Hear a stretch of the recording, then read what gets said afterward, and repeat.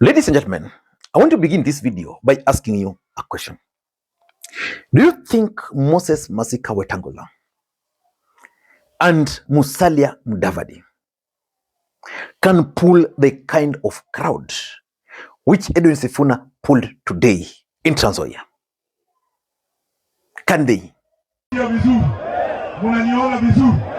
Sasa niko na ripoti yenu. Tulia kidogo. Niko na ripoti yenu. Mimi pamoja na hiki kikosi cha Linda Mwananchi tumetembea Kenya mzima. Wetangula has his party which is Ford-Kenya. And let us give credit where it is due. He's been able to hold Ford-Kenya together. In the Bukusu, or which is Bungoma, Ford-Kenya is the dominant party. But can Weta pull the kind of crowd Edwin Sifuna pulled today? I doubt. So which means the emergence of Edwin Sifuna is definitely having a major political impact on the political survival of Moses Masika Wetangula and Musalia Mudavadi. Masinde Muliro and Michael Wamalwa, they took time to become national leaders.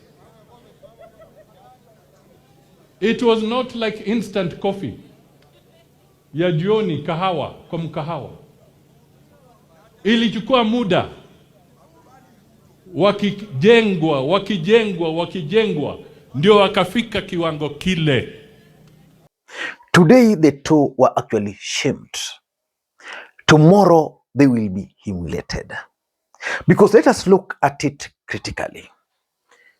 Sifuna was able to bring to his side George Natembeya, Fred Gumo on his side, Mudi Awori on his side, Amos Wako on his side, Tim Wanyonyi, and of course the bullfighter. The crowd today crowned Edwin Sifuna as the kingpin. In 2000 unadanganywa na vice president ya miezi 3 na ilhali alikuwa na nafasi nzuri sana. By now huyo jamaa angekuwa ameshakuwa rais wa Kenya. By now angekuwa rais wa Kenya. Aisema ndiye angekuwa kwanza vice president, yeye ndiye atakuwa kwanza rais. Ndio nakwambia anatukumbusha makosa yake. Yeye anafikiria ati ni kitu mzuri. Mimi nilikuwa pale 2002, ilikuwa mara yangu ya kwanza kupiga kura. Sisi tunakutegemea, alafu ati unadanganywa imebaki miezi 3 ya uchaguzi. Miezi 3 ndugu zangu. Na tulikuwa tunaangalia kitu kubwa mbele. Jameni. Hiyo ndio unasimama unasema wewe ndio ulikuwa wa kwanza. Hiyo barabara kama ni ndio wanasema barabara, hiyo hatuendi sisi. Ladies and gentlemen, I want to talk about how the rise and the emergence of Edwin Sifuna is actually destroying the political future of the two Luhya leaders, that is Mudavadi and Wetangula. Mimi siwezi na sitarudi nyuma hapa kutafuta kiti ya useneta au ya ubunge au ya ugavana. Mimi naenda wapi? Na hiyo safari sitaenda peke yangu. Kwanza lazima nisimame na watu yangu, msimame na mimi. Before we do that, in case you're watching this channel for the first time, take a second or two, click that subscribe button so that next time we produce a video like this, YouTube will automatically notify you. Ladies and gentlemen, the first thing which is going to happen to Musalia Mudavadi and Wetangula is that they are going to lose their political value.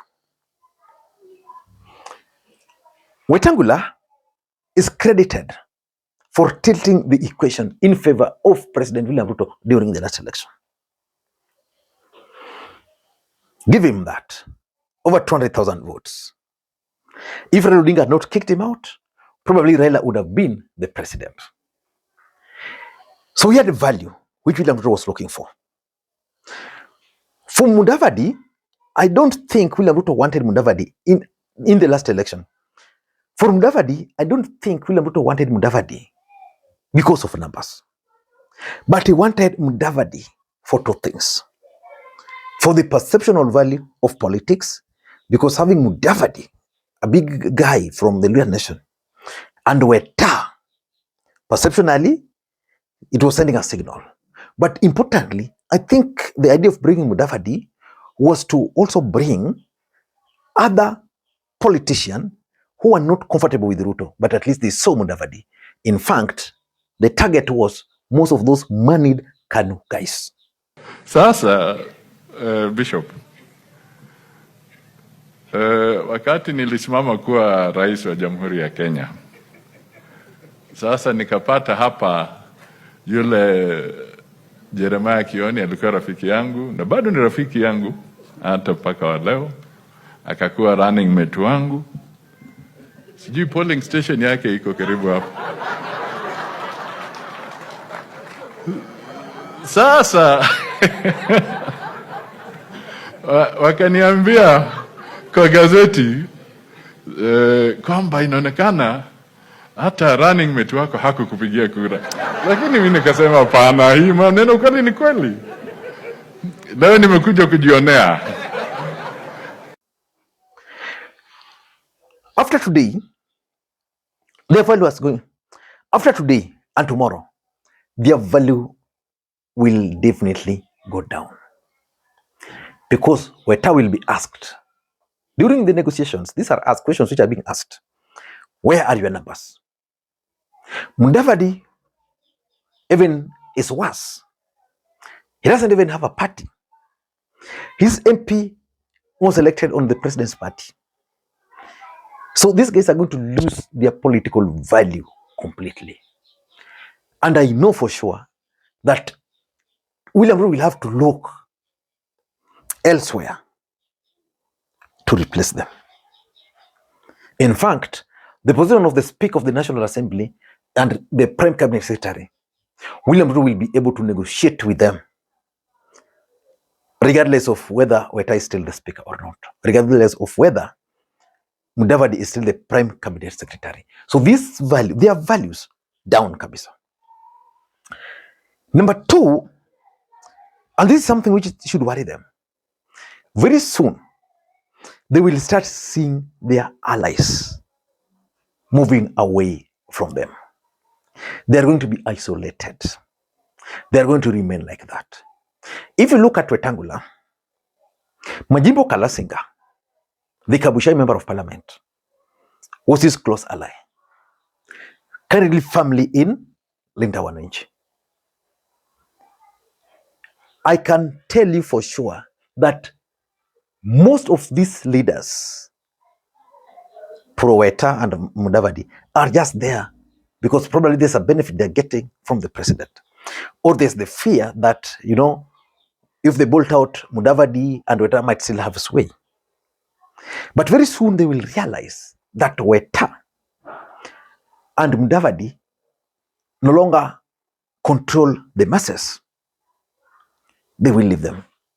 So these two are going to experience political isolation, or what you can call political betrayal, by their close allies. I don't know how they're going to deal with them. And number three, their position is now at stake. Who is Weta, the speaker? If you go to election today, Weta will not deliver to Ruto. Mudavadi will not deliver to Ruto. I'm told Ruto is considering appointing a running mate from the Luhya Nation to tame Sifuna wave. Mudavadi, I'm told, is keen on that position. Weta is also keen. But William Ruto is planning to give it to Oparanya, if that were to materialize. So their position, as we speak, at stake. If you go for an election today, Weta is not going to come back as a speaker. Mudavadi might be shortchanged because William Ruto also wants to use post-election politics to fix his succession politics. And lastly, these guys are going to be affected by the ODM factor. Is ODM still a factor in the Luhya Nation? Are they?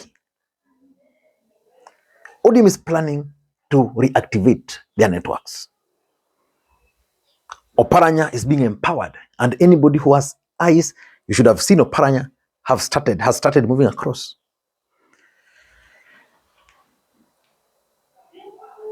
The thing is, ODM might be considered for the position of the running mate by President Ruto, and not Mudavadi, because there's no way you can have a prime cabinet secretary and a deputy president coming from the same region. So, ladies and gentlemen, let us give credit where it's due. Sifuna has worked hard so far, and I think if he can sustain it, he's going to be a strong presidential candidate. Some people are suggesting he might be a third force.